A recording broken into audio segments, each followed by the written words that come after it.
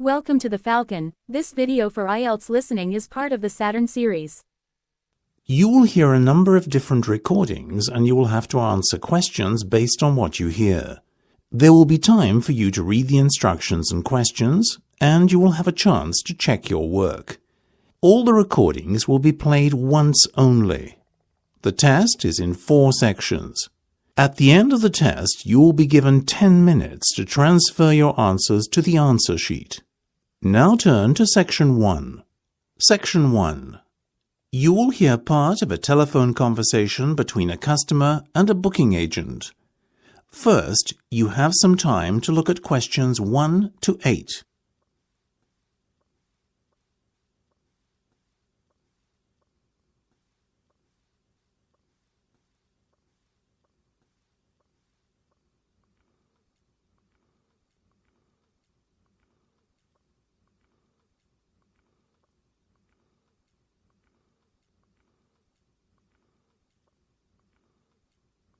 You will see that there is an example that has been done for you.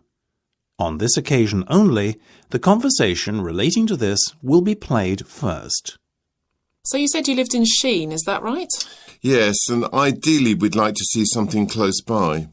OK, in that case I can suggest New Malden Theatre, only a 5-minute walk from Sheen. The venue is New Malden Theatre. So you write New Malden Theatre in the space provided. You should answer the questions as you listen because you will not hear the recording a second time. Listen carefully and answer questions 1 to 8. So you said you lived in Sheen, is that right? Yes, and ideally we'd like to see something close by.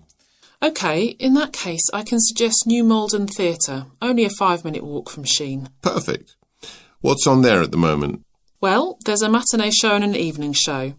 The matinee show is called Lions and Penguins, and the evening show is the renowned John Millington play War Horse Breakfast. Oh yes, I think I've heard of that one. Might not be best for the kids though. I'll stick with Lions and Penguins, please. Great. Now, did you say there were 3 of you? Yeah, that's right. Oh, you're in luck. There are only 3 seats left in the Royal Circle and they're all together. Nice, but won't that be expensive? Not at all. We have a special offer running. Oh, I'll take them then. So that's the Royal Circle, row 1, B, C and D. Let me just make a note of that. Got it. Now, the matinee performance starts at 2 p.m. and you should be seated about 15 minutes before the curtains open.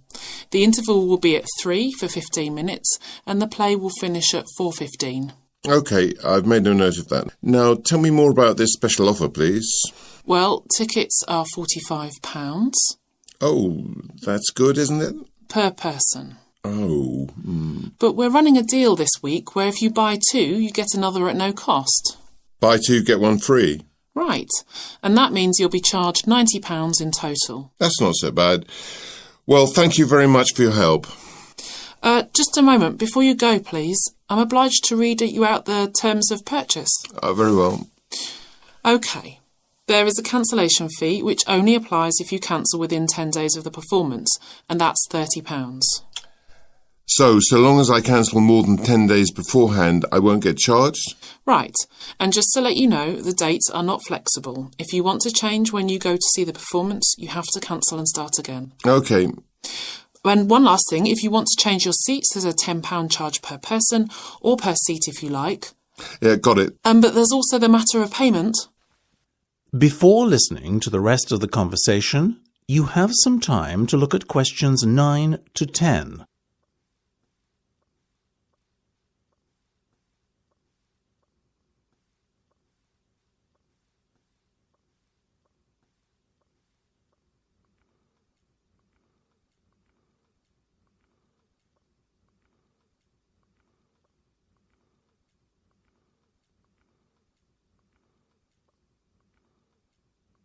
Now listen and answer questions 9 to 10. Oh, of course, sorry. I completely forgot. Will you accept a cheque? Yes, that'd be absolutely fine. You can make it out to Star Theatre Bookings. That's Star, S-T-A-R-R, Theatre Bookings. It's my surname, not the word, so don't forget 2 R's. OK, 2 R's. And just write the booking reference on the cheque to help me match the payment to your entry on our system. Of course. It's BUKTHTR14582. That's BUKTHTR14582. Great. Thanks ever so much. You're welcome. Now, I won't keep you any longer. You seem in an awful hurry. Yes, sorry about that. I am. Thank you. Bye-bye. That's the end of section 1. You have half a minute to check your answers.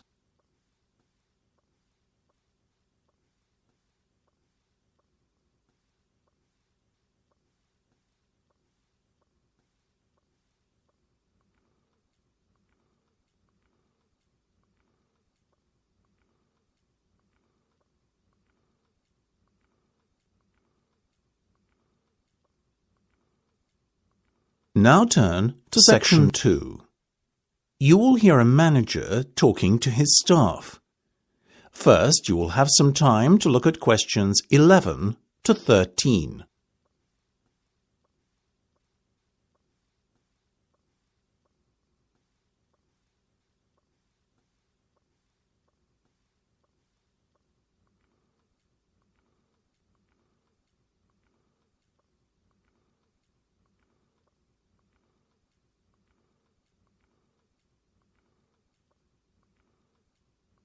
Now listen carefully and answer questions 11 to 13.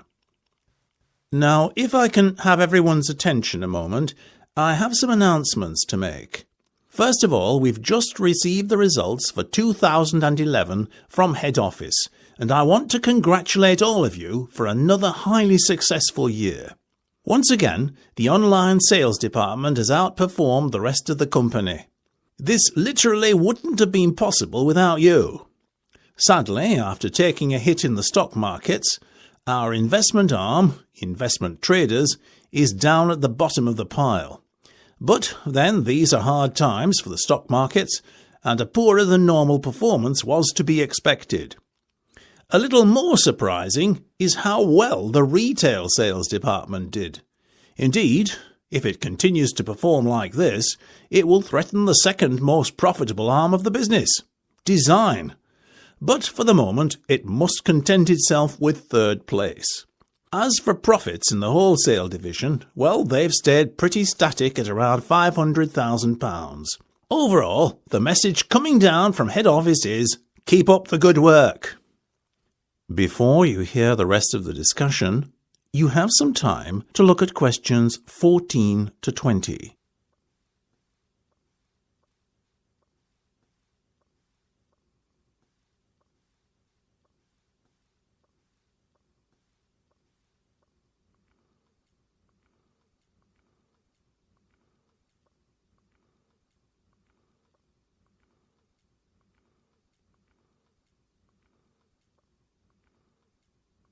Now listen and answer questions 14 to 20. Now, I have some more important news from head office. It has just been confirmed that we are moving down to the headquarters building on Cavendish Way. The move will take place on Monday. I'm handing you out a floor plan of our new office. Take a look at it and we'll go through it together. As you can see, it's a little different to where we are at the moment, but I'm sure it will feel like home in next to no time. Notice the fire escapes. Very important from a health and safety perspective, either side of the floor. These are only to be used in exceptional circumstances. There are 2 main entrances at either end of the floor, which staff can use on a regular basis. Now, Tina, your customer service team is going to be placed in the open plan area to the right, just behind the fire escape. There are 3 different semi-open cubicles, all allocated to your department, so divide your guys up as you wish into teams. On the other side of the floor, near the left fire escape, there is a cubicle allocated to each of the legal, human resource and sales teams.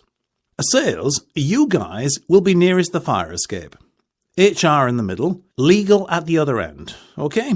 Now, Frank, my assistant manager, will be behind you guys at the back in the left corner office. I'll be opposite him in the other corner office. Moving to the front of the floor now, well, starting from the front entrance, nearest to you on the plan, on the left-hand side, we've got the finance team, and above them, marketing. On the other side, we've got the research guys opposite marketing, and closest to the door, that is going to be our new conference room. So guys, all I can say to you is, try to settle in on Monday morning. Welcome to headquarters. That's the end of section 2. You have half a minute to check your answers.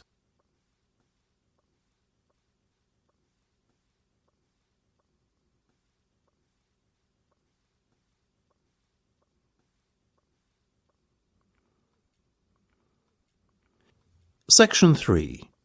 You will hear a discussion between 3 students and their lecturer. First, you have some time to look at questions 21 to 26. Now turn to section 3.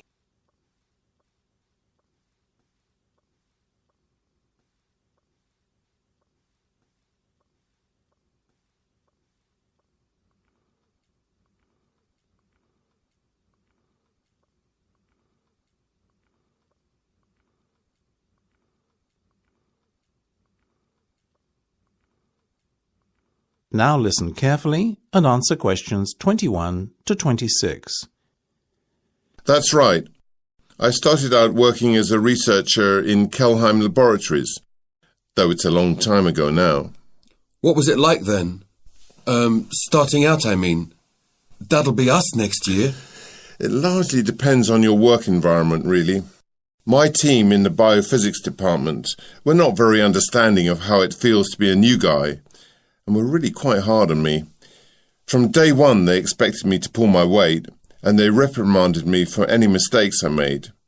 There was no time for me to find my feet and get comfortable. That sounds awful. Well, it was to begin with, and it certainly took a long time for me to gain their respect. But once I had done, the work environment became far more pleasant, and indeed we ended up making a great team. How long did you stay there? 6 years. You did a fair stint then? Yes, well, you see, I was offered a promotion in my 5th year to assistant manager. Needless to say, I jumped at the chance. I had got to know the manager really well during my time there, though, and I knew, based on how quick he was to point out what you were doing wrong all the time, that it would be a challenge to have to work closely with him. But I've never been one not to accept a challenge. So how did you and he get on? Well, it didn't matter, as he was only there another 6 months. He took early retirement on account of a heart condition, and before you knew it, there I was, managing the entire operation. Was that difficult for you? Not at all. I was very fortunate to then be managing the same team as I had been part of for so long. They were at ease with me and the way I did things, so the department functioned really well for a time. Only for a time? Yes, until I got into a dispute with the directors. You see, being new to management, I'd never dealt with directors or the like before, and their expectations were just not very practical. They had their head in the clouds, if you ask me. Anyway, they expected me to get instant results in our lab work. Needless to say, I wasn't prepared to rush the delicate experiments we were conducting along too quickly. I stood my ground and made it clear that I had no wish to pressure my team, and that, in my eyes, they could have as much time as they liked to find out what they were looking for. This didn't go down too well with the directors, and they got rid of me. You mean you were sacked? In a manner of speaking. Well, they told me to leave of my own accord or I would be removed. I left. And is that when you started to lecture? Yes, and I've been doing it ever since. When I first arrived, Dr. Michael Stout was still a member of staff here. You mean the programme director? Well, he wasn't back then. I have Michael to thank for showing me the ropes. He was very considerate of the new faculty members and assisted me no end.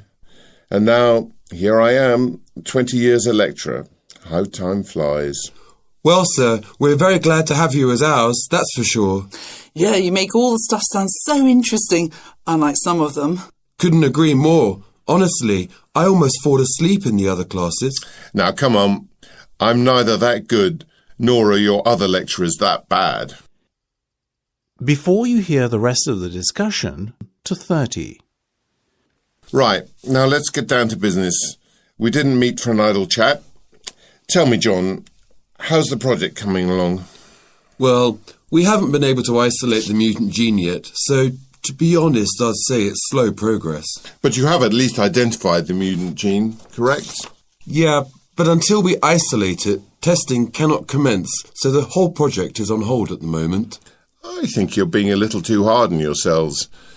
After all, correct me if I'm wrong, but did we not say a time frame of maybe 6 months just to identify the culprit? Yes, but having done that so quickly in the space of a week, it's frustrating to have to wait now. Patience is a skill you have yet to acquire, John. I guess. We have managed to establish that the gene mutation bypasses every other generation. Intriguing. So the infection is not passed directly from parent to child? No. If the parent is infected, the child will be a silent carrier who will go on to infect any children he or she has. That's an important discovery. Yes, and we've also found a way to switch off the mutant gene, we think. Go on. One of the volunteers we have been studying was a carrier 6 months ago, but the mutation is no longer in his DNA. Having studied his health records, it seems that he caught a strain of bird flu on a trip to Malaysia. He had a near-death experience, but has since made a full recovery. Do you suspect the bird flu virus somehow has a curative effect? We don't think it was the virus, but the accompanying fever. His body temperature was raised to 105. We have a hypothesis that the mutant gene couldn't cope with such an excessive internal body temperature. Excellent work. So, by the sounds of it, a cure might not be too far away? If we can isolate the gene, then we can begin further research to confirm our hypothesis. Now I understand why you're so eager. That's the end of section 3. You have half a minute to check your answers.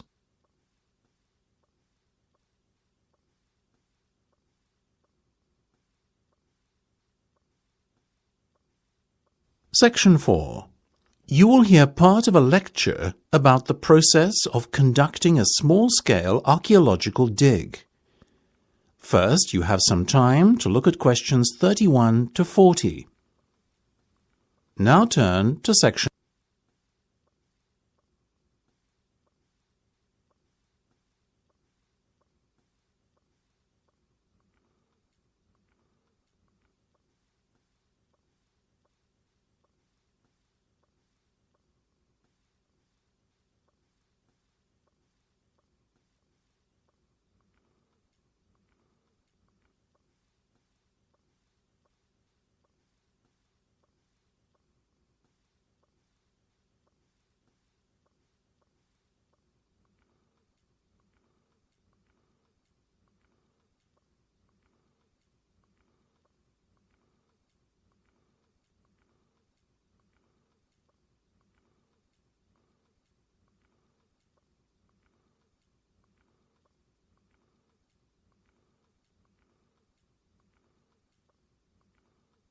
Now listen carefully and answer questions 31 to 40.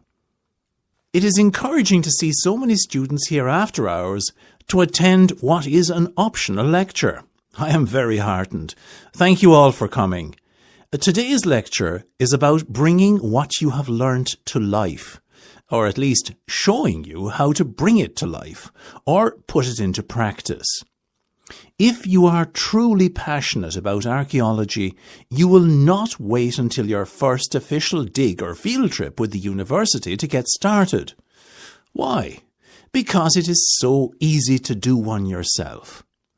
Every weekend, each and every one of you can be going out scouting the land for potential dig sites and conducting your own amateur digs to gain what would be priceless on-site experience, which will stand to you if and when you qualify.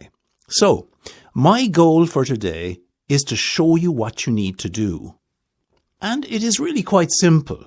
So let's start with the obvious. First of all, you have to identify a suitable dig site.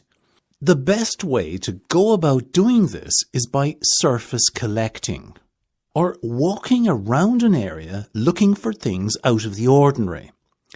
Ideally, you'll look to find a midden, that is M-I-D-D-E-N, an archaic term for a refuse site. Remember, dumps are a feature of modern existence. But in the near and distant past, people would simply dig a random hole and designate it as the spot to throw rubbish in. And that's your midden. Alternatively, if your surface collecting doesn't yield many finds, consider asking the local people of the area what they know. Sites are often found by word of mouth. Or if that doesn't work, use the state files. Remember, they are normally only ever open to qualified archaeologists, so you, the students of UCD, are in a very privileged position indeed to be able to access them. Now, once you have found a site with some potential and collected some surface finds, it's time to evaluate what you have collected. The objective is to identify the area of your prospective dig site, which was the most densely populated, as this will yield the best results come dig time. Clean and categorize each surface artifact you find. Separate the modern trash, the unidentifiable items, the ceramics, the bone and shell tools, etc., and then begin the process of cleaning the finds you think are important. Use plain water, as washing detergents can damage delicate pieces and cause etchings and the like to vanish. A soft brush will remove encrusted mud from any crevices quite effectively too, so please avoid scratching or picking at finds for obvious reasons. Now, having done this groundwork, you should be in a position to pinpoint the area which is likely to produce the best results, and therefore ready to start your dig. Borrow equipment from the faculty here if you do not have the right tools at home. We are always happy to assist students who show an interest in conducting archaeological work in their free time. You will need a trowel, flat blade shovel, dust pans, assorted brushes, measuring tape, folding sticks, plastic bags in assorted sizes, markers, a clipboard, line level, string, stakes, gloves, and fluorescent survey tape. And most important of all, a screen. You can make a DIY box screen pretty handily. You'll need 4 planks of wood, cut to measure, either to fit together as a square or rectangular box. Make the box frame out of these using L brackets. Attach a 1/4 inch mesh frame to the base of the box using heavy-duty staples or nails. If you are going to sift by hand, then design your box to 2 foot by 4 foot dimensions. A, because it is easier to handle, and B, because it will fit neatly on your table. If you plan on fabricating a larger sifting device, then I would recommend a 6 foot by 4 foot screen. That's quite big enough. Now, with your tools in hand, it is time to start the dig proper. Firstly, you will need to dig a pit. I'd caution against the temptation to dig a very small one, say a 1 by 1. Why?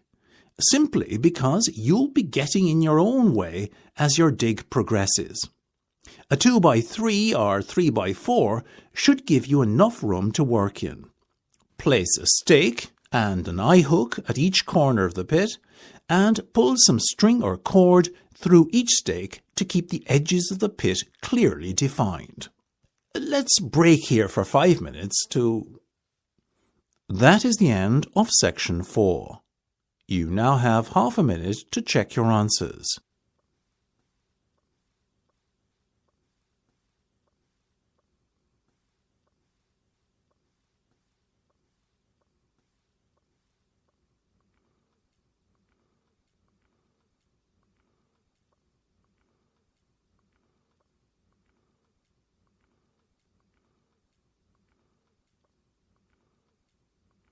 That is the end of the listening test. You now have 10 minutes to transfer your answer to the listening answer